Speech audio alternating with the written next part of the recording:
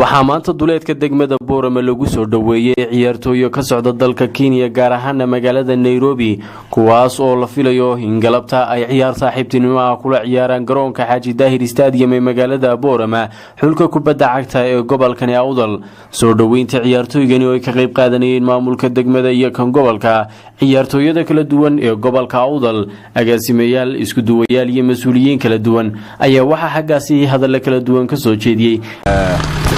waan soo dhaweynayna mar labaad iyo mar saddexaadba safiirka iyo mas'uuliyiinta kale reer Soomaaliland iyo walaalaha iyaga ka yimi Kenya iyo ciyaartooyda maanta halka socda oo maanta la ciyaaraya caasimadii labaad ee Soomaaliland aad iyo aad waan soo dhaweynayna wadalkiini waxaan mahadcelin ballaaran soo jeedinaynaa mas'uuliyiinta gobolka Awdal ugu horeeyo maayirka barsaab ku xigeenka taliyaasha ciidanka dhamaantood isduwayaasha wasaaradda nabadda ciyaaraha runtii si fiican oo qurux badan oo milkiiyo maamuus lagu soo dhaweeyay ciyaartooyga aan waday runtii shalay ku ciyaaray magaalada caasimadda Hargeysa runtii ciyaartooygan waxa tacab fara badan iyo dadaal fara badan galiyay safaaraddeena Kenya oo ay inooga mas'uuliyiin ambassador Baasha iyo ambassador Shabaag Geele runtii كان ciyaartooyinka ku qanciyay dalkani baadiyana uga mahadcelinaa runtii insha Allah waxa rajeenayaa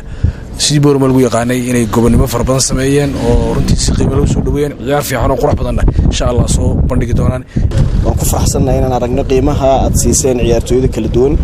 ee ka yimid dalka Kenya si ay ciyaaro iyo isdhaxgal iyo saaxiibtinimo iyo magaca Soomaaliland kor u qaadan darteed safarka dheer isku soo maalgeliyo u yimiday aad baan ugu faraxsanahay inaan aragno dhamaantiin waxaan rajeynaynaa insha Allah in galabtana ciyaar wanaagsan oo xamaasad leh oo nabadgelyo leh galabtana inoo dhacdo insha Allah sharaf weyn bay u tahay degmadeena iyo guud ahaanba dalkeena in ciyaartooyadu imaadaan oo saaxiibo ku yeeshaan oo fariinta Soomaaliland qaadaan oo ay runtii ka qayb qaataan dadaalada loogu jiro isdhaxgalka iyo kor u qaadida